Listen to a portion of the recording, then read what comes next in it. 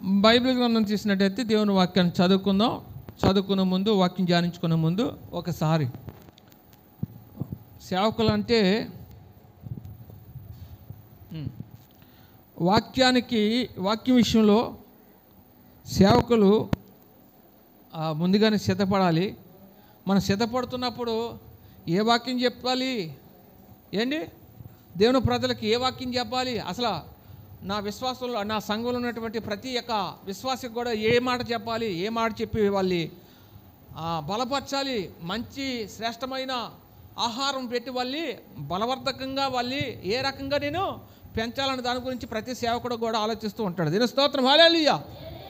ఈ ఆలోచించే క్రమంలో ఒక్కొక్కసారి దేవుడు ఆలోచన ఒకపోతే మనం ఏమీ చేయలేము. దేవుడు ఆలోచనిస్తేనే కదా మాట్లాడాలి. దేవుడు ఆలోచిస్తే మాట్లాడతానండి. దేవుడు ఆలోచన ఒకపోతే అసలు వాక్యం తీయలేను. వాక్యం ధ్యానించినా సరే ఒక మాట కూడా తనకు చచ్చిపోవాలి, కానీ ఒక్క మాట కూడా రాదు. దీని స్తోత్రం, హల్లెలూయా. అలా రాకపోవడానికి కారణం ఎవరండి? అలా రాకపోవడానికి కారణం ఎవరండి? మీరేనా? నేనే కోసం అనుకున్నా. మీరు అడిగితేనే కదా నేను ఎలా చూపిస్తే నన్ను అంటారేమో అనుకున్నాను. నేను కాదు, మీరు. ప్రభువా, రేపటి దినం కొరకు నన్ను సిద్ధపరచు. రేపు ఏం మాట్లాడబోతున్నావో, ఈ వారం గురించి నా జీవితంలో జరిగినట్టు ప్రతి సంఘటన ఉద్దేశించి నువ్వు మాట్లాడితేనే కానీ నా జీవితం ఏమవుదు, నా బ్రతుకు మారదు. నాలో లోపం తెలియకపోతే నేను సరి చేసుకోవడం కావదు. నీవే నీ మాట చేత నన్ను ఆదరించు. నీ మాట చేత నాలో ఉన్న ప్రతి లోపాన్ని, బలహీనతను ఏం చేయాలి? నీవే ప్రభా, నీవే నాకు తెలియపరచని చెప్పి ప్రభుని ఏం చేయాలి? మనం వేడుకొని సిద్ధపాటు లేకపోతే దేవునికి ఎంత మాత్రం ఇష్టం ఉండదండి. సిద్ధపాటు కలిగిన వారి వలె ఏంటి ఆయన బిడ్డలుగా మన ప్రతి ఒక్కరూ ఏం చేయాలి? ఆయన మాట కొరకు కనిపెట్టుకునే వారిగా దేవుని ప్రజలు ఉండాలని దేవుని కోరుకుంటున్నాడు. దేవుని స్తోత్రం, హల్లెలూయా. ఈరోజు ఎవరైతే సిద్ధపాటు కలిగి ఉండరో వాళ్ళ గురించి ఏ మాట మాట్లాడదు. కానీ నిజంగా నీ హృదయం కోరుకొని ఏ విషయంలో అయితే సిద్ధపడి దేవుని సన్నిధానానికి వచ్చావో, నీవు సిద్ధపడిన కారణం బట్టి దేవుడు ఏం చేస్తాడు? నీతో స్పష్టంగా తన ఉద్దేశాన్ని బయలుపరుస్తాడు. దీని స్తోత్రం, హల్లెలూయా, హల్లెలూయా. అయితే బైబిల్ గ్రంథం తీసినట్టయితే చిన్న వాక్యమే చెప్తాను. బైబిల్ గ్రంథం తీసినట్టయితే బైబిల్ గ్రంథంలో మొదటి సమూయేలు గ్రంథము 4వ అధ్యాయము మనము ధ్యానం చేసుకుందామండి. ఇక్కడ ఏం జరుగుతుందంటే, ఫిలిష్తీయులు దేవుని ప్రజల మీదకి దండెత్తి యుద్ధం చేయడానికి వచ్చేస్తారన్నమాట. యుద్ధము చాలా హోరాహోరీగా జరుగుతుంది. అమ్మ ఆలకించండి జాగ్రత్తగా. మంచి యుద్ధం జరుగుతున్నప్పుడు యుద్ధంలో వీళ్ళు ఏం చేస్తారు? వాళ్ళ చేతుల్లో చాలామంది హతమైపోతున్నాం కాబట్టి మన మధ్యకి ఏం తీసుకురావాలనుకుంటారు వీళ్ళు? దేవుని ప్రజలు దేవుని మందసాన్ని మన మధ్యకి తీసుకొని వచ్చేద్దామని చెప్పేసి ఒక ఆలోచన లేకుండా మందసాన్ని తీసుకొచ్చేస్తారు. ఎక్కడి నుంచి? దాని చోటు నుంచి, ఆ మందసం ఉన్న స్థలంలో నుంచి మందసాన్ని తీసుకొచ్చేస్తారు. ఎక్కడికి? యుద్ధం హోరాగా జరుగుతుంది. చాలా ఫిలిష్తీయులకి దేవుని ప్రజలకు మధ్య యుద్ధం జరుగుతుంటే ఆ యుద్ధం జరుగుతున్న క్రమంలో ఆ మందసాన్ని మధ్యకి తీసుకొచ్చేస్తారన్నమాట. మందసం తీసుకొస్తే దేవుడు మన మధ్య ఉన్నప్పుడు అసలు మందసం పెట్టి దేవుడే మందసంలో నుంచి దేవుని సేవకులతో మాట్లాడుతాడు. దీని స్తోత్రం, హల్లెలూయా. అరే వరుణ్, ఇలా కూర్చో, మీ మామగారు కూర్చోరా, కూర్చో, జాగ్రత్తగా ఆలకించండి. ఇక 4వ అధ్యాయము 5వ వచనం చూస్తే, యెహోవా నిబంధన మందసము దండులోనికి రాగా ఇశ్రాయేలీయులందరూ భూమి ప్రతిధ్వనించినంతగా గొప్ప కేకలు వేసిరి. ఫిలిష్తీయులు ఆ కేకలు విని ఎబ్రీయుల దండులో ఈ గొప్ప కేకల ధ్వని ఏమని అడిగిరి. యెహోవా నిబంధన మందసము దండులోనికి వచ్చినని తెలుసుకొని జడిసి దేవుని దండులోనికి వచ్చినని అనుకొని, అయ్యో మనకు శ్రమ, ఇంతకు మునుపు వారెలాగూ సంభ్రమింపలేదు. అయ్యయ్యో మహాసూరుడకు ఈ దేవుని చేతుల నుండి మనల్ని ఎవరు విడిపించగలరు? అరణ్యమందు అనేకమైన తెగుల చేత ఐగుప్తీయులను హతము చేసిన దేవుడు ఈయనే కదా. ఫిలిష్తీయులారా ధైర్యం తెచ్చుకొని వారు మీకు దాసులకున్నట్లు మీరు హెబ్రీయులకు దాసులు కాకుండా బలాఢ్యులై యుద్ధం చేయడని చెప్పుకొనిరి. దీని స్తోత్రం. హల్లెలూయా, హల్లెలూయా. ఇక్కడ ఎప్పుడైతే ఈ యొక్క వారి చేతిలో కొంత భాగం వీళ్ళు ఓడిపోయే పరిస్థితి వచ్చినప్పుడు ఇశ్రాయేల్ ప్రజలు ఏం చేశారంటే, దేవుడే మన మధ్య ఉంటే, అందుకని దేవుడే మన మధ్య ఉంటే ఏం చేస్తాము, ఫిలిష్తీయులు మనం జయించగలమనే ఉద్దేశంతో దేవుని మందస్థాన్ని దాని స్థానంలో నుంచి తీసుకొని వచ్చేస్తారు. ఆ స్థలంలో నుంచి తీసుకొచ్చి ఆ హోరాహోరగా జరుగుతున్న యుద్ధంలోకి తీసుకొని వచ్చేస్తారన్నమాట. ఈ తీసుకుని ఎప్పుడైతే దేవుని మందస్థం వారి మధ్యకి తేబడిందో, దేవుని ప్రజలు ఏం చేస్తారట అమ్మా, దేవుని ప్రజలు ఏం చేస్తారంట, దేవుని ప్రజలు ప్రతిధ్వనించినంతగా అంటే గొప్పగా కేకలు వేస్తూ, ఆర్భాటంతో గొప్ప కేకలు వేస్తూ దేవుణ్ణి మహిమపరుస్తారట. ఆ మహిమపరుస్తున్నప్పుడట శత్రువులు ఆ కేకలు విని ఎందుకు వీళ్ళు కేకలు ఎందుకు వేస్తున్నారు అన్నప్పుడు ఇలాగా వారి యొక్క దేవుని యొక్క మందసము ఇగో యుద్ధంలోనికి తేబడింది అనే విషయం తెలుసుకునేసరికి వాళ్ళు ఒక రకమైన భయం వచ్చేసిందంట. ఏ భయం వచ్చేసింది అండి? ఏం భయం వచ్చిందండి? ఇంతకుముందు ఎప్పుడు కూడా ఇలాగ వాళ్ళు ఈ రకంగా కేకలు వేసి మందసము అనే దేవుని యొక్క మందసాన్ని వాళ్ళ మధ్యకి తేబడలేదు. ఇప్పుడైతే ఈ రకంగా వారు కేకలు పెట్టి ఆర్భాటంతో చేసేది ఎప్పుడూ చేయలేదు, వాళ్ళు ఎప్పుడు ఈ రీతిగా ప్రవర్తించలేదు అనే విషయాన్ని ఫిలిష్తీయులు మాట్లాడుకుంటారన్నమాట. ఈ మాట్లాడుకునేసరికి వారికి ఒక రకమైన భయం వచ్చేస్తుంటుంది. వారు దేవుని మందసము వచ్చిందని తెలుసుకున్నప్పుడట ఫిలిష్తీయుల్లో వాళ్ళు జడిసిపోతారంట. జడిసి అనే మాట ఉంటుంది ఏంటి, వాళ్ళు జడిసిపోతారట, వాళ్ళు భయాన్ని చూస్తారట ఏంటి. అలాగే ఎప్పుడు మనకు సంభవింపలేదు, అయ్యో మనకు శ్రమ అని చెప్పి వాళ్ళు భయపడతారట. ఎవరు? ఫిలిష్తీయులు. ఈ మహాసూర్యుడు అనేటువంటి ఈ దేవుని చేతుల నుండి మనల్ని ఎవరు విడిపించగలరు అంటే దేవుని గురించి వీరికి కొద్ది గొప్ప చాలా తెలుసు. ఈ మహాసూర్యుడకు ఈ దేవుని చేతుల నుండి మనల్ని విడిపించగలవారు ఎవడు అని చెప్పి పాపం వాళ్ళు వాపోతుంటారట. అరణ్యమందు అనేకమైన తెగుల చేత ఐగుప్తీయులను హతము చేసిన దేవుడు ఈయనే కదా అని చెప్పుకుంటారట. ఏంటి? అరణ్యమందు అనేకమైన తెగుల చేత ఐగుప్తీయులందరినీ కూడా హతము చేసిన వాడు ఈయనే కదా. ఏంటి? ఎవరు? ఆ మహాదేవుని గురించి, మన దేవుని గురించి శత్రువులైనటువంటి ఫిలిష్తీయులు చెప్పుకుంటారట. అయితే ఆ ఫిలిష్తీయులలో నాయకులు అంటారు కదా, ఇగో ఫిలిష్తీయులారా ధైర్యం తెచ్చుకోండి, వారు మనకు దాసులగినట్లు మీరు బలాఢ్యులై యుద్ధం చేయడని వాళ్ళు ఏం చేస్తారంటే పురుకొల్పుతూ బలంగా చెప్పినటువంటి మాట ఇక్కడ మనం చూస్తున్నాం. దిన స్తోత్రం. హల్లెలూయా. ఏం పర్వాలేదు, వాళ్ళ దేవుడు వచ్చాడు కాబట్టి ఆ దేవుడు ఎటువంటి వారో ఆయన ఎంత గొప్పవాడో అనేక ఔన్నత్యాన్ని గురించి ఈ యొక్క దేవుని ఎరగలేనటువంటి వ్యక్తులు చెప్తున్నారు. ఎవరు? ఈ ఫిలిష్తీయులు చెప్తున్నారు. కానీ దేవుని ప్రజలు ఏమనుకుంటున్నారు? యుద్ధం జరుగుతున్నప్పుడు యుద్ధంలో మనం ఓడిపోతున్నాం కాబట్టి ఈ ఓడిపోకుండానట్లు వారి చేతిలో మనం హతమవ్వకుండానట్లు ఏం చేస్తున్నారు? వాళ్ళ మధ్యకి ఏం తేవాలనుకున్నారు? దేవుని మనస్సాన్ని దాని స్థానంలో నుంచి మన మధ్యకి తీసుకుని వస్తే దేవుడు మన మధ్య ఉంటాడు కాబట్టి గొప్ప విజయము మనం చూస్తాము, గొప్ప విడుదల మనకు వస్తుంది. శత్రువులందరూ కూడా హతమగునట్లు దేవుడు వారిని మన చేతికి అప్పగిస్తాడని చెప్పి ఒక ఆలోచన కలిగి మందసాన్ని దాని స్థానంలో నుంచి తీసుకుని వచ్చి ఆ హోరాహోరీగా జరుగుతున్న యుద్ధంలో ఆ మందసాన్ని తీసుకొని పెట్టేస్తారు. దిన స్తోత్రం. హల్లెలూయా, హల్లెలూయా. అలా పెట్టినప్పుడు ఏం జరుగుతుంది ఏంటి? యుద్ధం చేస్తుండగా ఏమైపోతారండి? ఫిలిష్తీయులు యుద్ధం చేయగా ఇశ్రాయేలీయులు ఓడిపోయి అందరూ పారిపోతారట. ఫిలిష్తీయులతో యుద్ధం చేయగా ఈ ఫిలిష్తీయులు ఇశ్రాయేల్ ప్రజల మీద, దేవుని ప్రజల మీద గొప్ప విజయం సాధించినప్పుడు ఆ యొక్క ఫిలిష్తీయులు శౌర్యం ముందు, వాళ్ళ బలం ముందు ఏంటి, వాళ్ళ యొక్క సైన్యం ముందు, వాళ్ళ బలగం ముందు ఎవరు కూడా దేవుని ప్రజలు నిలవలేక ఓడిపోయి పారిపోయే పరిస్థితి వాళ్ళు కలుగుతుందట. ఎందుకు? దేవుని మనసు వారి మధ్యన ఉంది కదా. దేవుడే వాళ్ళ మధ్యన ఉన్నప్పుడు గొప్ప విజయం చూడగలిగే గొప్ప స్థాయిలో ఉన్నప్పటికీ కూడా వీరు ఎందుకు విజయం చూడలేకపోయారు? దాని కారణం ఏంటి అని ఎప్పుడైనా పరిశీలన చేశారా? నేను చెప్తాను, చివరాకరణ చెప్తాను, ఇప్పుడు కాదు. అయితే ఈ రోజున మనం కూడా దేవుని కలిగి ఉన్నాం.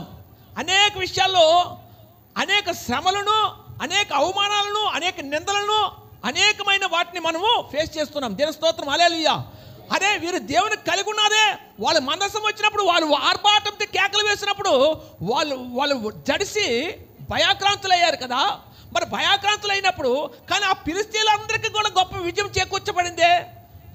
మనకెందుకు, దేవుని ప్రజలకు ఎందుకు విజయం చేకూర్చబడలేదు? వారికి భయపడి చాలామంది వారి చేతులు హతమయ్యి చాలామంది ఏమైపోతారు, ఉన్న శాసం మటుకు ఉన్న శాసం అంతా ఏమైపోతారు, వాళ్ళకి భయపడి పరుగులు తీసి వాళ్ళ గుడారాల్లోకి పారిపోతుంటారు. ఎవరు? దేవుని ప్రజలు. దేవుని స్తోత్రం, హల్లెలూయా, హల్లెలూయా. ఆ యుద్ధంలో ఆ ఫిలిష్తీయుల చేతిలో దేవుని ప్రజలు దరిదాపు 35,000 మంది చనిపోతారండి. ఎంతమంది? 35,000 మంది చనిపోతారు. అయ్యో, తక్కువ కాదు కదా సంఖ్య. ఎంతమంది చనిపోయారు? 35,000 మంది చనిపోతారు. దేవుని స్తోత్రం, హల్లెలూయా. అప్పుడు 35,000 మంది చనిపోయినప్పుడు దేవుని మందసము ఏమైపోతుంది? వీళ్ళు భయపడి పరుగులు తీసినప్పుడు అట మందసాన్ని విడిచిపెట్టి వెళ్ళిపోతే ఆ మందసాన్ని ఏం చేస్తారు ఈ ఫిలిష్తీయులు? ఈ ఫిలిష్తీయులు ఆ మందసాన్ని ఏం చేస్తారు? ఆ మందసానికి 2 సేవకుల యొక్క కుమారులు ఉంటారు. ఎవరెవరు? ఏలి యొక్క కుమారులు హోప్ని, ఫినోహాస్ అని 2 కుమారులు ఉంటారు. ఆ 2 కుమారులు చంపి ఆ మందసాన్ని వారు చేజిక్కించుకొని ఫిలిష్తీయులు వాళ్ళ దేశానికి తీసుకొని పోతారు, వాళ్ళ పట్టణానికి. దేవుని స్తోత్రం, హల్లెలూయా. ఆ మందసాన్ని ఎక్కడ తీసుకొని పోతారు? వాళ్ళ దేశానికి తీసుకొని పోతారు. దేవుని స్తోత్రం, హల్లెలూయా. ఎందుకు తీసుకొని పోతారు? వీళ్ళు వాళ్ళ చేతుల్లో ఇంకా మేము కూడా హతమైపోతామని భయంతో మిగతా వాళ్ళు బ్రతుకున్న వారు శేషించబడిన ప్రతి ఒక్కరు కూడా వాళ్ళ ప్రాణాలను దక్కించుకోవడం కోసం ఏం చేస్తారు? వాళ్ళ ఆ యొక్క హోరాహోరీగా యుద్ధం జరుగుతున్నప్పుడు ఆ పోరాటం మధ్యలో నిలవలేక, ఆ ఫిలిష్తీయులు ఎదుట నిలవలేక పారిపోతూ ఆ మందసము తేబడింది, అది దేవుని మందసం అనేది గుర్తెరిగి కూడా ఆ మందసాన్ని అక్కడ విడిచిపెట్టి వెళ్ళిపోయినప్పుడు దాన్ని స్వాధీనపరచుకుంటారు ఫిలిష్తీయులు. దేవుని స్తోత్రం, హల్లెలూయా. దాన్ని ఏం చేసుకుంటారు? స్వాధీనపరచుకుంటారు. అయితే ఈ లోపల మధ్య ఒకడు తప్పించుకొని గబగబా వచ్చి ఏం చేస్తాడు? ఏలి దగ్గరకు వచ్చి ఎందుకు అంత గొప్ప శబ్దం జరుగుతుంది, ఏం జరిగిందని చెప్పి ఏలి అడుగుతాడు అన్నమాట. ఏలి చాలా వృద్ధుడైపోతాడు, ఇతను దైవసేవకుడు అన్నమాట ఆ దినాల్లో. అయితే ఏం జరిగింది అన్నప్పుడు ఇదిగో ఆ మందసానికి కావలిగా ఉన్నటువంటి నీ 2 పిల్లలు కూడా ఏమైపోయారు? ఫిలిష్తీయుల చేతిలో హతమైపోయారు. ఇశ్రాయేలు సైన్యం అంతా చాలా వరకు చనిపోయింది, చాలామంది చనిపోయారు. ఇదిగో ఇంకా దేవుని మనస్సము పట్టబడింది అనే మాట చెప్పేసరికి ఆ మాట చేత ఏమైపోయారండి? ఆ మాట చేత ఏలి పర్లేదు పోన్లే. అయితే ఇక్కడ గమనించండి, ఎప్పుడైతే ఆ మాట తెలిసి దేవుని మనసం పిల్లలు చనిపోయారని కాదు కానీ దేవుని మనసము పట్టబడింది, ఫిలిష్తీయులు దాన్ని తీసుకొని పోయారు అని చెప్పేసరికి ఏలి ఏం చేస్తాడు? అక్కడ దాని దగ్గర ఉన్న ఆ పీఠం మీద నుంచి ఏలి వెనక తిరిగి ఎలకాతలు పడిపోయేసరికి మెడ విరిగిపోయి చచ్చిపోతాడు అన్నమాట ఆ దైవసేవకుడు. దేవుని స్తోత్రం, హల్లెలూయా, హల్లెలూయా.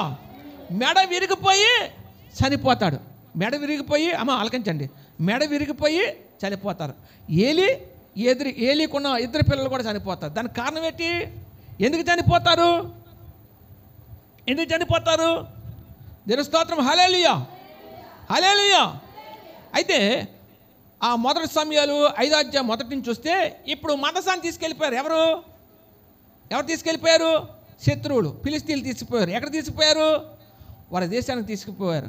ఈ దేశానికి తీసుకుపోయిన తర్వాత మొదటి సమయాలు 5వ అధ్యాయం మొదటి వచ్చిన మీరు చదువుకున్నట్టయితే ఫిలిష్తీయులు దేవుని మందసమును పట్టుకొని ఎబెనేజరు నుండి అష్టోరునకు తీసుకొని వచ్చి దాగోను గుడిలో దాగోను ఎదుట దాన్ని నుంచిరి.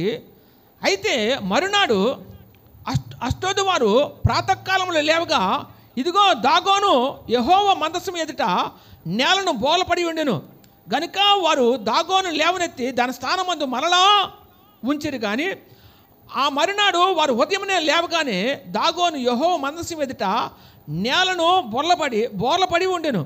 దాగోను యొక్క తలయు 2 అరచేతులను తెగవేయబడి గడప దగ్గర పడి ఉండెను. వాని మొండెము మాత్రము వానికి మిగిలి ఉండెను. కాబట్టి ఆ మందసం తెచ్చుకున్నప్పుడు ఫిలిష్తీయులు ఎలా గెలిచారు? ఆ మందసం తెచ్చుకున్నప్పుడు ఫిలిష్తీయులు ఎలా గెలిచారు అంటే ఫిలిష్తీయులకి దేవుడు ముందు దేవుని గొప్పతనం తెలుసు, కానీ వారు చేసిన తప్పు ఏంటి తెలుసా? ఆ మందసం తెచ్చుకోవడమే తప్పు. ఆ మందసం ఎవరి కొరకు నియమించబడింది? దేవుని ప్రజలకు నియమించబడింది. దేవుని ప్రజలకు నియమించబడిన ఆ మందసాన్ని వీరు పట్టుకోవడమే తప్పు. దాన్ని తెచ్చుకొని ఆ ఇంటి మీద ఏంటి వాళ్ళ దేశానికి తీసుకొని పోయారట. దినస్తోత్రం హల్లెలూయా. వాళ్ళ దేశానికి ఏం చేశారు? తీసుకొని పోయారట. దినస్తోత్రం హల్లెలూయా. తీసుకొని పోతే ఏం జరిగింది? వాళ్ళ దేశాన్ని తీసుకొని పోతే ఏం జరిగిందండి? అక్కడ నా దాగోను దేవత ఎదుట పెట్టినప్పుడు ఆ దాగోను దేవత యొక్క దాగోను దేవత విగ్రహం దగ్గరికి దేవుని మనసాన్ని తీసుకొచ్చి ఫిలిష్తీయులు అక్కడ ఉంచి వెళ్ళిపోతారు. ప్రాతకాలమున అంటే ఉదయకాలమున వారు లేచి చూసేసరికి విగ్రహం బొక్కబోర్లా పడిపోయి ఉంటుందన్నమాట. అయ్యో, మన దేవతా విగ్రహం పడిపోయిందని ఏ స్థానంలో అయితే అది పడిపోయిందో మళ్ళీ అదే తిరిగి దాని స్థానంలో తిరిగి నిలబెడతారన్నమాట. నిలబెట్టి వెళ్ళిపోయిన తర్వాత రెండో రోజు అదే రీతిగా మరి మెడ నుంచి తల వేరైపోయి కాలు చేతులు తునకలైపోయి మొండమోటే ఉంటుందండి. ఈ దుస్థితిని చూసేసరికి ఈ మందసము చాలా భయంకరమైనది, దీనివల్లే మన దేవతా విగ్రహము తునకలైపోయిందనే విషయం గ్రహించి ఇది ఎంత మాత్రం ఉండడానికి వీల్లేదని చెప్పి ఆ స్థలం నుంచి వేరే స్థలానికి తీసుకొని పోతారు. ఎప్పుడైతే ఆ మందసం ఉన్న చోట ఆ చుట్టూ ఉన్న ప్రజలందరికీ తెగుళ్ళు, చేతుల మీద కాళ్ళ మీద గడ్డలు వచ్చి మరణాపాయ పరిస్థితిని బట్టి చాలామంది చనిపోతుంటారు. అయ్యో, ఇంత భయంకరమైన మందసం మన మధ్య ఉండడానికి వీలేదని చెప్పి గాతు అనే పట్టణానికి తీసుకుపోతారు. ఆ పట్టణంలో ఉంచినప్పుడు అది ఉన్నంతకాలము కూడా ఆ పట్టణంలో ఉన్నటువంటి జనాంగం అంతా చాలామంది ఈ గడ్డల చేత తెగుల చేత ఏంటండి చాలామంది చనిపోతుంటారు అన్నమాట. అంతుపట్టని రోగాల చేత చాలామంది చనిపోతారు. ఇంత భయంకరమైన మందసము మన మధ్యన ఉండడానికి వీల్లేదు. దీన్ని ఏం చేయాలి? దీన్ని ఏ స్థానం నుంచి అయితే మనం తెచ్చామో అదే స్థానానికి మళ్ళీ తిరిగి పంపించాలని చెప్పి 2 కాడి ఎడ్లను తీసుకుని వచ్చి ఆ ఎడ్లను ఆ మందస్థానికి కట్టి మరి దేవుని దేశంలోకి అంటే ఇజ్రాయెల్ ప్రజలు ఉన్న ఆ ప్రాంతంలోకి తిరిగి వాటిని తోలివేస్తారన్నమాట. అయితే ఇది పెద్ద సబ్జెక్టు, వీలైతే మరొకసారి చెప్పుకుందాం వచ్చే వారం సెకండ్. అయితే ఈ రకంగా చేసినప్పుడు ఇంత భయంకరమైన మందసము అంటే మందసం అంటే ఎవరు? అసలు సజీవుడైనటువంటి దేవుడు, సైన్యములకు అధిపతి యెహోవా సర్వశక్తిమంతుడైన దేవుడు. మరి ఆ దేవుని కలిగి ఉన్న దేవుని ప్రజలు ఎందుకు ఓడిపోయారు? ఎప్పుడైనా ఆలోచన చేశారా? మేము ఏదైనా చేయగలమనే ఓవర్ కాన్ఫిడెన్స్ వాళ్ళు మధ్యలో చాలా గర్వించి శత్రువులు మేము జయించగలమని చెప్పి వారు ముందుకు సాగిపోయి దేవుని యొద్ద ఏం చేయలేదు? మొట్టమొదటిగా ఏం చేయలేదు చెప్తాను. నా జనులు నా ఎదుట విచారణ చేయకే అంటాడు. ఏమంటాడు? నా జనులు నా యొద్ద విచారణ చేయకే అంటూ విచారణ చేయకపోతే దేవుడు వారి మధ్య ఉన్న విజయం చూశారంటే చూడలేదు. ఈ రోజున దేవుని ప్రజలు విజయం చూడలేకపోవడానికి కారణం పెట్టి దేవుని ముందుకు వచ్చి విచారణ చేయవలసిన రీతిగా విచారణ చేయకుండా సొంత జ్ఞానాన్ని సొంత తెలివిని ఆధారం చేసుకొని మనిషి రీతిగా ఏం చేస్తున్నాం? మనము ప్రాకులాడుతూ ఈ లోకాన్ని జయించగలమనే ఒక ఓవర్ కాన్ఫిడెన్స్ మనల్ని ఏం చేస్తుంది? అపజయం పాలు చేస్తుందనే విషయాన్ని ఇక్కడ పరిశుద్ధాత్మ దేవుడు మీతో మాట్లాడుతున్నాడు. జాగ్రత్తగా గమనించండి. అందుకనే కీర్తనకారుడు అంటాడు, నేను యెహోవా యొద్ద విచారణ చేయగా ఆయన నాకు ఉత్తరం ఇచ్చును, నా భయములన్నింటిలో నుండి ఆయన నన్ను తప్పించును అంటాడు. యెహోవా యొద్ద విచారణ చేశాడట ఎవరు? దావీదు కలిగిన భయములన్నింటిలో నుంచి దేవుడు ఏం చేశాడట? దావీదును తప్పించినట్టుగా లేఖనం మనం చూస్తున్నాం. అదే యెర్మీయా భక్తుడి ద్వారా 29వ అధ్యాయం 13వ వచనం చూస్తే, మీరు నన్ను వెతికిన ఎడల పూర్ణ మనసుతో నన్ను గురించి విచారణ చేసిన ఎడల నన్ను కనుగొందురు అంటాడు. దేవుని స్తోత్రం, హల్లెలూయా. దేవుని కనుగోవాలంటే ముందు ఏం చేయాలి? పూర్ణ మనసుతో వెతకాలట. నన్ను గురించి విచారణ చేయాలట. విచారణ చేయాలట. ఈ రోజున అందరి ముందుకు వెళ్తాం, అందరిని ఆశ్రయిస్తాం. ఆశ్రయించవాని సజీవుడైనటువంటి నీ దేవుడిని నువ్వు ఆశ్రయించలేకపోతున్నావు, నీ ప్రభువుని ఆశ్రయించలేకపోతున్నావు, నీ తండ్రిని ఆశ్రయించలేకపోతున్నావు. మనం ఆశ్రయించేది ఆయన్నే. ఆయన ముందే మనం విచారణ చేయగలిగే మరి స్థితిలో ఉండకపోతే మనకి గొప్ప విజయము మనకు చేకూర్చబడుతుందా? మనకు విడుదల వస్తుందా? మన రోగాలకు స్వస్థత వస్తుందా? ఈ లోకంలో ఏదైనా మనం పొందుకోవాలంటే పొందుకోగలమా? మేలు చూడగలమా? విచారణ చేయకపోతే ఇజ్రాయెల్ ప్రజలు ఆ ఫిలిష్తీయులతో మందసము వారి మధ్యకి తెప్పించుకున్నప్పటికీ కూడా దేవుడు మా మధ్య ఉన్నాడు గట్టిగా బిగ్గరగా కేకలు వేసి ఆర్భాటంతో మరి గొప్ప ధ్వని చేసినప్పటికీ కూడా వారి జీవితాల్లో ఆ యుద్ధంలో ఆ పోరాటంలో ఎటువంటి విజయం చూడలేకపోయారు. దానికి కారణం ఏంటి? శత్రువులకు తెలుసు దేవుని యొక్క మందసం ఎంత భయంకరం అనేది. శత్రువులకు తెలుసు వీరి దేవుడు ఎంత గొప్పవాడని. శత్రువులకు తెలుసు వీళ్ళ దేవుడు ఎంత ఔన్నత్యుడని. కానీ దేవుని ప్రజలు దేవుని విషయంలో కానదాకా విచారణ చేయవలసిన రీతిగా విచారణ చేయలేకపోయారు. అందుకే నా జనులు నా ఎదుట విచారణ చేయక అంటాడు. ఆ చేయలేని కారణం బట్టి ఈ రోజున చాలామంది జీవితాల్లో, వాళ్ళే కాదండి మన జీవితాల్లో కూడా దేవుని కార్యాల విషయంలో ఒక్కొక్కసారి చాలా చాలా చాలా జరగలేనప్పుడల్లా చాలా బాధ ప్రియులారా రీతిగా కనుక్కోలేకపోతున్నామంటే దానికి కారణం ఏంటి? విచారణ చేయవలసిన రీతిగా దేవుని యొక్క ప్రజలు ఏం చేయలేకపోతున్నారు? దేవుని దగ్గర రాలేకపోతున్నారు. ఎందుకంటే నా జనులు నా ఎదుటి విచారణ చేయకయే ఈ దుష్కార్యము వాళ్ళ మీదకి వచ్చింది, ఈ కీడు వారికి సంభవించింది. ఏంటి? ఈ మేలు వాళ్ళు చూడలేకపోతున్నారు. విచారణ చేయవలసి ఎవరి ముందు విచారణ చేయాలా? దేవుని ముందు విచారణ చేయాలా? దావీదు ఏమంటున్నాడు? నేను యెహోవా యందు విచారణ చేయగా ఆయన నాకు ఉత్తరం ఇచ్చును, నా భయములన్నింటిలో నుంచి ఆయన నన్ను తప్పించును అంటాడు. దాని కింద వచ్చిన వెంటాడు దేవుడు మాట్లాడితే ఇర్మీయా భక్తుడి ద్వారా, మీరు నన్ను వెతికిన ఎడల పూర్ణ మనసుతో నన్ను గురించి విచారణ చేసిన ఎడల నన్ను కనుగొదురు అంటాడు దేవుడు. దీని స్తోత్రం హల్లెలూయా. పూర్ణ మనసుతో విచారణ ఎవరైతే చేస్తారో వాళ్ళకి నేను దొరుకుతాను, నన్ను కనుగొంటారు మీరు. కానీ మీరు కనుక్కోవడానికి మీరు నా ముందుకు వచ్చి విచారణ చేస్తున్నారా? మంచి చెడ్డ ఆలోచిస్తున్నారా? అయ్యో ఈ పని చేయాలనుకుంటున్నాను, ఈ కార్యం తలపెట్టాలనుకుంటున్నాను, దీని విషయంలో నేను ఇగో నీ సన్నిధిలో విచారించాలని, నీ సన్నిధిలో నేను విచారణ చేయడానికి నీ ముందుకు వచ్చాను ప్రభు, నాకు నీ ద్వారా మంచి సమాధానం నాకు దయచే ప్రభు అని నువ్వు అడిగితే ఈ రోజున ప్రజలు నష్టపోతున్నారంటే, దేవుని ప్రజలు నష్టపోతున్నారంటే విచారణ చేయకయే నష్టపోతున్నారు. వాళ్ళు ఫిలిష్తీయుల చేతిలో ఓడిపోతున్నారంటే ఆ ఫిలిష్తీయులకు తెలుసు, అమ్మా వాళ్ళ పక్షంగా ఉన్న దేవుడు చాలా భయంకరుడు, మనకు శ్రమ అని చెప్పి బెదిరిపోతారట. ఆ దేవుని గురించి వాళ్ళకి తెలుసు కాబట్టి ఆ యుద్ధంలో వాళ్ళు విజయం చూశారు. కానీ దేవుని ప్రజలు ఓడిపోవడానికి కారణం ఏంటి తెలుసా? వారు విచారణ చేయవలసిన రీతిగా దేవుని ముందు విచారణ చేయక ఈ రోజున కీడును మనకు మనంగానే కలగజేసుకుంటున్నాం. కీడును మనకు మనంగానే కలగజేసుకుంటున్నాం. దానికి కారణం ఎవరండి? ముమ్మాటికి మనమే కీడును కలగజేసుకుంటున్నాం. ఫిలిష్తీయులు ఏంటండి? ఫిలిష్తీయులకు తెలుసు దేవుడు ఎంత గొప్పవాడో అని, ఎంత ఔన్నత్యం గలవాడో ఆయనకు తెలుసు కాబట్టి ఆయన గురించి చక్కగా వాళ్ళు మాట్లాడారు కాబట్టి వాళ్ళు విజయం చూశారు. ఈ రోజున దేవుని ప్రజలకి ఆ విషయం తెలీదు. పిలిస్తే మందసాన్ని తీసుకొచ్చేది అసలు విచారణ చేయకుండా, దేవుడితో ఆలోచన చేయకుండా ఆ మందసం ఇక్కడి దాకా తీసుకురావాలనే ఆలోచన ఎందుకు కలిగింది వాళ్ళకి? ఏంటి? ఇది ఓడిపోతున్నారు కాబట్టి, ఓడిపోతే దేవుడి దగ్గర రావడం కాదు, ఓడిపోకముందే దేవుడి దగ్గర విచారణ చేయాలా. ఓడిపోకముందే దేవుని దగ్గర విచారణ చేయాలా. నష్టపోకముందే, కీడు రాకముందే, ఆపద కలకముందే, నింద నీ మీదకి రాకముందే విచారణ చేయగల. ఏంటి? విచారణ చేయగలిగే స్థితిలో నువ్వు లేనప్పుడు నీకు ఏ మేలు చూస్తా? ఏ మేలను చూడగలవా? ప్రియమైన వాళ్ళారా, దేవుని స్తోత్రం హల్లెలూయా. ఫిలిష్తీయులకు అయితే దేవుడు విజయం ఇచ్చాడు. ఫిలిష్తీయులు దేవుని ఎరగని వారు, దేవుని ప్రజలు కారు. కానీ వారు చేసిన తప్పేంటి? దేవుని మందసము దేవుని ప్రజల కొరకు ఏర్పాటు చేయబడింది కాబట్టి ఆ మందసాన్ని వారితో తీసుకొని పోవడమే వారు చేసిన తప్పు. వాళ్ళ ప్రజలు యుద్ధం చేసిన దానికంట వాడు తెగుల చేత గట్ల చేత చచ్చిన వారు శాసం ఎక్కువట. అందుగురించి వాళ్ళు కావాలనే మందసాన్ని వాళ్ళతో తీసుకొని పోయి నష్టాన్ని కొని తెచ్చుకున్నారు. ఎవరు? ఫిలిష్తీయులు. అసలు ఏలి కుమారులు ఎందుకు చనిపోయారు? ఏలి కుమారులు ఎందుకు చనిపోయారు? ఆ మాట కూడా చదువుదామా? మొదటి సమూయేలుకు రాసిన గ్రంథము 3వ అధ్యాయము 12వ వచనం నుంచి మనం చదువుకుందాం. 3వ అధ్యాయం 12వ వచనం.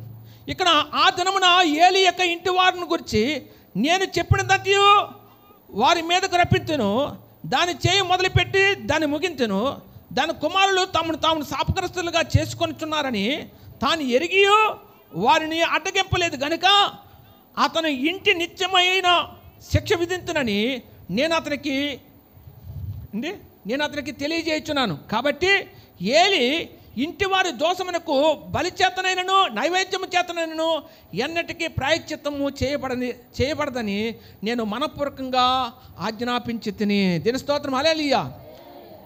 సమూయేలులో నుంచి చిన్నపిల్లడు, అప్పుడు ఏలి యొక్క శిష్యుడు, ఆ శిష్యుల నుంచి మాట్లాడుతున్నాడు. ఎవరు? దేవుడు మాట్లాడుతున్నాడు. ఇదిగో వారు చేసిన ద్రోహం నిమిత్తమే, పాప నిమిత్తమే ఏంటండి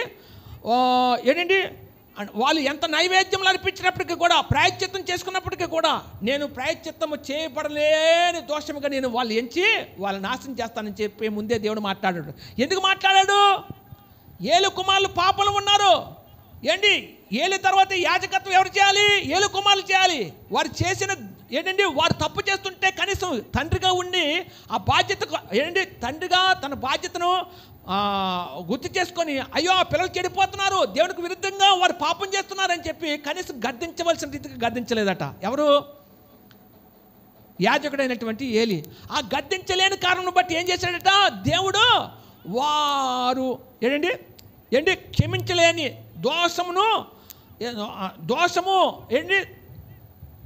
దోషము పాపము క్షమించలేని విధంగా వారు ఎంత నైవేద్యాలు అర్పించినప్పటికీ కూడా నేను వారి పట్ల కనికరం చూపకుందని అనే విధంగా దేవుడు వారి విషయంలో నాశనం చేయడానికి మనసు కలిగి ఉన్నాడు. దీని స్తోత్రం, హల్లెలూయా.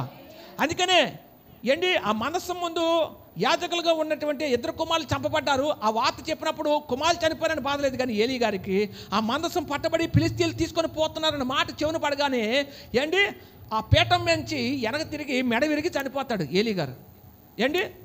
ఇలాగా హఠాత్తుగా నాశనము వారికి సంభవించినట్లుగా మనం కూడా కొన్ని తప్పుల విషయంలో మనం సరి చేసుకోకపోతే, కొన్ని తప్పుల విషయంలో దేవునికి తగ్గ పిల్లలుగా మనం నడుచుకోకపోతే మన మీద కూడా హఠాత్తుగా ఏమొచ్చేస్తుంది? ఎన్నిసార్లు గద్దించినా లోపడిన వాటికి హఠాత్తుగా ఏమొచ్చేద్దట? నాశనం వచ్చేద్దట. హఠాత్తుగా ఏమొచ్చేద్ది? వస్తుంది రాదా? అన్నం చెప్పాలా? అన్నమ్మ గారు చెప్పండి, వస్తుందా? ఎన్నిసార్లు గద్దించాలి? గద్దిస్తాను నేను గద్దించను. గద్దిస్తే నన్ను చూస్తే మీకేముంటుంది? మీకేముండదు. మీరు ఎవరు చూడాలి? దేవునే చూడాలి. దేవుని స్తోత్రం, హల్లెలూయా. ఎన్నిసార్లు గద్దించినా సరే హఠాత్తుగా ఏమొచ్చేస్తుందట? లోబడకపోతే నాశనం వచ్చేస్తుందట. అలాగా ఏలి కుమారుల మీదకి నాశనం రావడానికి గల కారణం ఏంటి? ఏలి తన పిల్లల విషయంలో ఏం చేయలేకపోయాడు? వారు చేసిన పాపం విషయంలో అది తప్పని చెప్పలేని కారణం బట్టి తనకి కీడు వచ్చింది, తన పిల్లలకి కూడా కీడు వచ్చి నాశనం అయిపోయారు. దీని స్తోత్రం, హల్లెలూయా. ఇది కంటిన్యూషను వచ్చే వారం నేను కంటిన్యూ చేస్తాను.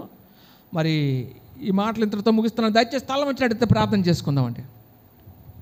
ఈ మాటలను ఎలా చెప్పాలి ప్రభా? ఇది చాలా ఇంతకుముందు తెలుసు, అయినప్పటికీ కూడా దీన్ని చెప్పి వివరించేంత జ్ఞానం లేదని చెప్పి నేను అడిగినప్పుడు చెప్పిన కుమారుడా నువ్వు అతను బాగా చెప్పగలవని చెప్పి నాతో మాట్లాడడం జరిగింది. మరి మీకు అర్థమైంది లేదు నాకు తెలియదు, కానీ మరి దేవుడు మీతో మాట్లాడాడు. ఫిలిష్తీయులు దేవుని గొప్పతనం తెలుసు. దేవుని మందసం వచ్చినప్పుడు ముందు భయపడ్డారు. ఆ భయం చేతను గొప్ప విజయం చూశారు. ఆ మందసము దేవుని ప్రజల కొరకు ఏర్పాటు చేయబడింది అనే విషయము వారు తెలియక వారు మందసాన్ని తీసుకెళ్ళి కీడును తెచ్చుకున్నారు. ఈరోజు దేవుని ప్రజలకి ఆ కీడు రావడానికి శత్రువుల చేతిలో అంటే ఫిలిష్తీయుల చేతిలో వాళ్ళు హతమైపోవడానికి గల కారణం ఏంటి? దానికి కారణము యెహోవా యొద్ద విచారణ చేయకపోవడమే కారణము. యెహోవా యొద్ద విచారించకపోవడమే కారణం అంటున్నాడు దేవుడు. విచారణ చేయవలసిన రీతిగా నా ప్రజలు నా సన్నిధులు విచారించలేదు, నా గురించి తెలుసుకోలేదు, నా ఉద్దేశాన్ని గురించి వాళ్ళు నా ముందుకు వచ్చి విచారించలేని కారణం బట్టి ఈరోజున చాలా విషయాల్లో ఓడిపోతున్నారు. దేవుడు స్పష్టంగా తన ప్రజలను ఉద్దేశించి ఈరోజు ఎంతో మాట్లాడుతున్నాడు. అందుకని కీర్తనకారుడు అంటాడు కదా, ఇగో నేను యెహోవా యొద్ద విచారణ చేయగా ఆయన నాకు ఉత్తరం ఇచ్చును, నా భయములన్నింటిలో నుంచి ఆయన నన్ను తప్పించిన అంటాడు. దేవుడు భయములన్నింటినీ తప్పిస్తాడు ఎప్పుడు? విచారణ చేసినప్పుడు. రెండోదిగా, మీరు నన్ను నిజంగా వెతికిన ఎడల, పూర్ణ మనసుతో నన్ను గురించి విచారణ చేసిన ఎడల నన్ను కనుగొంటారని దేవుడే మాట్లాడుతున్నప్పుడు ఇర్మియా భక్తుడి ద్వారా మరి నువ్వు కనుక్కోవాల్సింది దేవుడు నన్ను కనుగొంటారని దేవుడు మాట్లాడినప్పుడు నువ్వు ఆయన్ని కనిపెట్టవలసిన బాధ్యత నీకు లేదా? ఆయన కనిపెడితే ఆయన నా గురించి ఏం మాట్లాడుతావు విచారిస్తే అని దాని గురించి నీకు ఆశ లేకపోతే నువ్వు విచారించలేవు. నువ్వు విచారించలేకపోతున్నావంటే నువ్వు కీడు కావాలనే నీ మీద కీడు నువ్వు కావాలని తెచ్చేసుకుంటున్నావు. దేవుడితో ఆలోచన పంచుకోకపోతే దేవుడు ఏం చేస్తాడు? దేవుడు పట్లనేట్టు వదిలేస్తే శత్రువు ఏం చేస్తాడు? మనం కబలించేస్తున్నాడంటే దానికి కారణం ఎవరు? ముమ్మాటికి మనమే, మన నిర్లక్ష్యమే, మన ప్రార్థనా జీవితం లేకపోవడమే, దేవుని ముందు విచారణ చేయకపోవడమే. నువ్వు ఆలోచనలు అందరితో పంచుకోవాల్సిన వాటితో పంచుకోలేని కారణం చేత ఈరోజు నేను ఏం చేస్తాను నష్టపోతున్నాను విషయాన్ని నువ్వు తెలుసుకోలేకపోతున్నావు. అది తెలుసుకునే టైంకి ఎన్ని సమయం అంతా దొలిపోతుంది, కానీ నీ జీవితంలో దేవుడు మనతో చక్కగా మాట్లాడాడు. దయచేసి ప్రార్థన చేసుకుందామండి, ప్రార్థన చేసుకుందాం. హల్లెలూయా, హల్లెలూయా. దేవానికి వందనాలు. చక్కగా నాతో మాట్లాడావు ప్రభా, చక్కగా నాతో మాట్లాడవు. నీ ప్రజలు ఓడిపోతున్నారంటే విచారణ చేయకే ఓడిపోతున్నారు.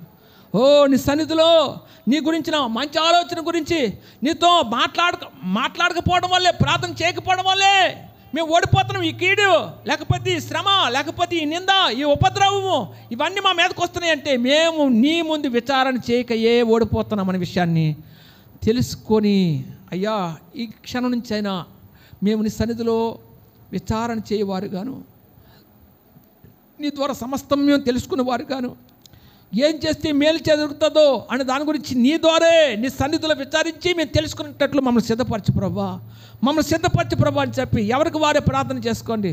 నీ యొక్క తప్పు, ఈ యొక్క తప్పు ఏదైతే ఉందో, నీ యొక్క అపరాధం ఏదైతే ఉందో, ప్రభా నేను విచారణ చేయకనే నేను నష్టపోతున్నాను అనే విషయాన్ని నువ్వు సద్విమర్శ చేసుకోవచ్చు, ప్రభు సన్నిధిలో ఒప్పుకొనొచ్చు. ఏం చేయాలి? ప్రభుకి సమీపంగా దగ్గరగా ఏ ప్రాంతాల్లో అయితే దేవునికి దూరం అయిపోయావో ఆ ప్రాంతాల్లో మళ్ళీ తిరిగి కట్టబడడానికి నేను నువ్వు సిద్ధపరచుకో. ఈ చిన్న మాటలు ప్రభు పేట ముగిస్తున్నాను. తల వంచి నెట్టి ప్రార్థన చేసుకుందామండి.